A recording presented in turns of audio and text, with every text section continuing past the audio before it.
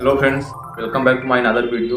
इस वीडियो में आप लोग को बताने वाला हूँ कि आप लोग किसी भी मेडिसिन के नाम से उसका यूज कैसे जान सकते हैं, या किसी भी मेडिसिन जो है तो आप लोग उसका नाम याद करने की जरूरत नहीं है। मैं आप लोग को ऐसी ट्रिक बताऊंगा कि यदि आप लोग एक शब्द याद कर लेंगे तो उस कैटेगरी की जितनी भी मेडिसिन है आप लोग को पता चल जाएगा कि इस कैटेगरी में कौन कौन सी मेडिसिन इस कैटेगरी की हैं और उनका यूज क्या क्या है। तो आप लोग उस ट्रिक से आप लोग जान जाएंगे। तो ये वीडियो बहुत ही इंपॉर्टेंट होने वाला है, तो वीडियो को लास्ट तक वॉच करिएगा। चैनल पहली बार आए हो चैनल सब्सक्राइब कर दीजिएगा। और आप लोग को एक बात और बता दूं, ये मेरा भी नया चैनल है, इसमें मेडिसिन से रिलेटेड वीडियो आते रहेंगे, तो चैनल को सब्सक्राइब कर दीजिएगा और बेल आइकन प्रेस कर दीजिएगा। और जो मेडिकल वाले स्टूडेंट हैं उन लोग के लिए बहुत स्पेशली वीडियो होने वाला है, बहुत इन्फॉर्मेटिव वीडियो होने वाला है इसके लिए। और इसके अदर पार्ट भी आएंगे, पार्ट 1, 2, 3 अभी आएंगे, तो चैनल को सब्सक्राइब कर दीजिएगा। तो ये वीडियो को स्टार्ट करते हैं।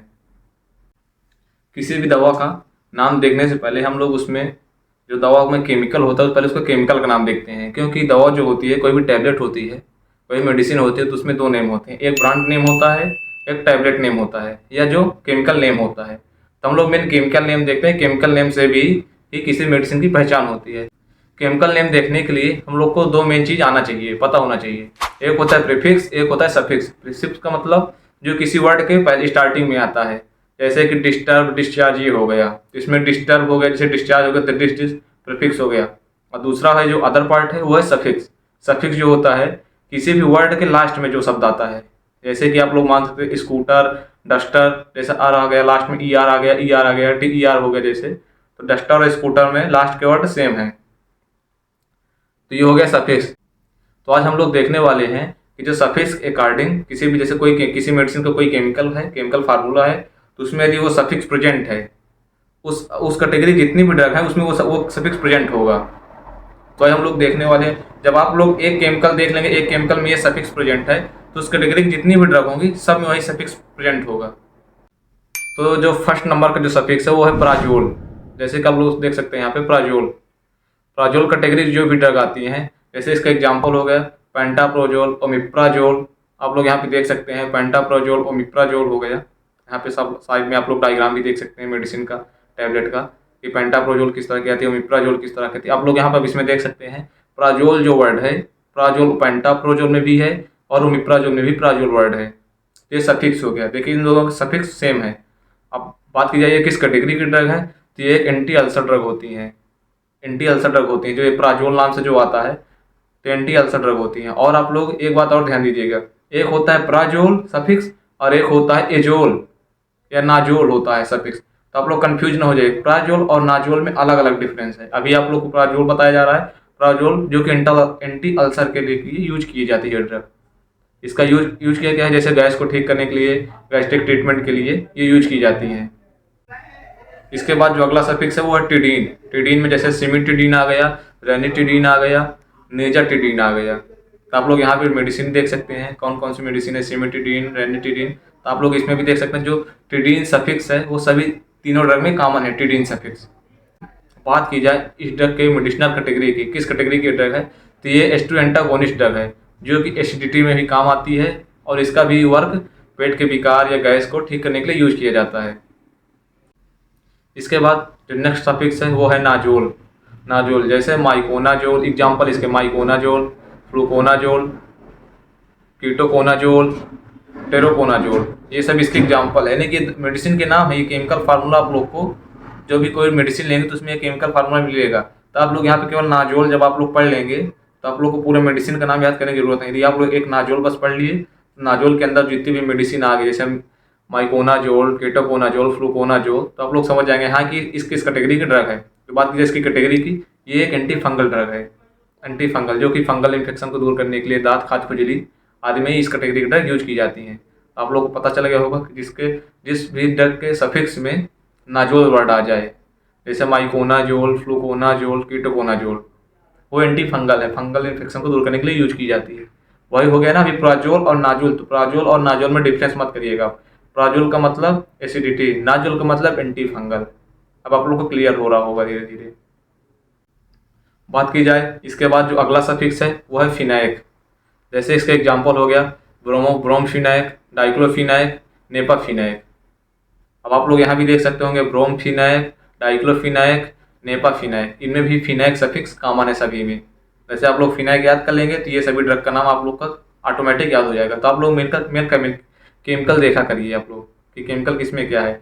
अब बात की जाए इसकी मेडिसिनल केमिस्ट्री की, किस कैटेगरी की ये ड्रग है, तो यह NSAIDs NSAIDs non steroidal anti inflammatory drugs हैं, जो कि दर्द को दूर करने के लिए, सूजन को दूर करने के लिए, जोड़ों के दर्द दूर करने के लिए, मांसपेशियों में जो दर्द है उसके लिए यूज की जाती हैं। आप लोग यहाँ NSAIDs जो हैं उनकी दवा भी देख सकते हैं। जैसे ब्रोमोफेनाइक में जो आती है वो आई ड्रॉप आता है, जो कि मोतियाबिंद के ऑपरेशन के बाद यूज किया जाता है।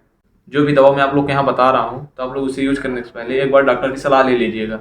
मैं आप लोग केवल इन्फॉर्मेशन के लिए वीडियो बना रहा हूँ, इन्फॉर्मेशन के लिए ड्रग बता रहा हूँ कि कैसे आप लोग किसी भी ड्रग का नाम याद कर सकते हैं। इसके बाद जो अगला सफिक्स है वो है फ्लॉक्सासिन। जैसे किसी भी ड्रग के लास्ट में फ्लॉक्सासिन आ जाए तब देखिए, जैसे इसका पहला एग्जांपल है वेसिफ्लॉक्सासिन, लीवोफ्लॉक्सासिन, ओफ्लॉक्सासिन।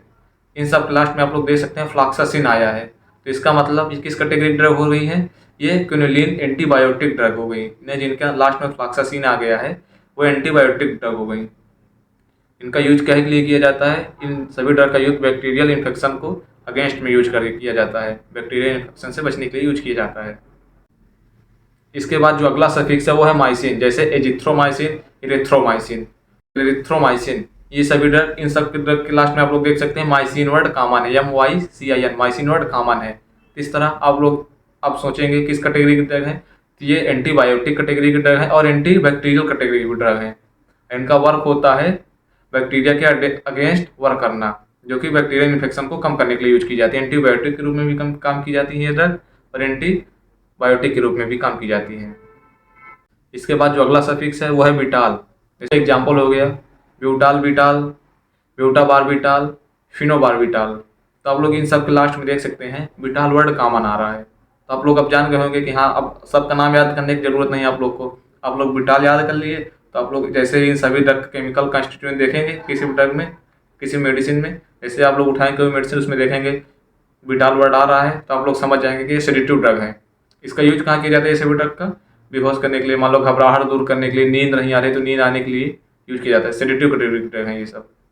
इसके बाद जो अगली कैटेगरी अगला सफिक्स है वो है सिलीन। जैसे penicillin G, penicillin A, amoxicillin.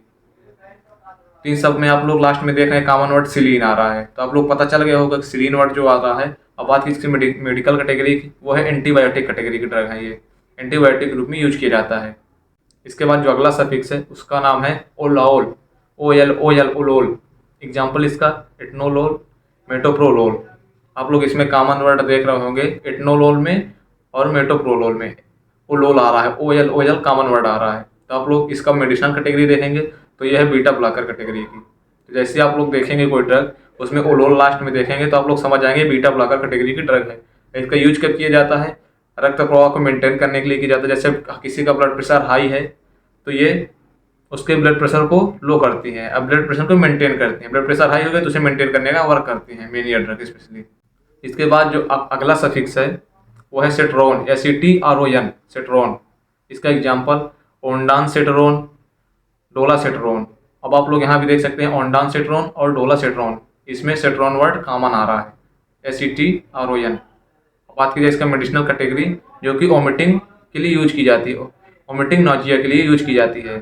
जैसे किसी को उल्टी हो गया, कुछ भी दस्त आ रहा है इस तरह, तो उस कंडीशन में ओंडानिस्ट्रोन दिया जाता है। स्पेशली ओंडानिस्ट्रोन फेमस है, जिसे ओंडान भी कहते हैं, जो कि इंजेक्शन के रूप में भी दिया जाता है, IV दिया जाता है और टैबलेट भी इसके ओंडान की आती हैं।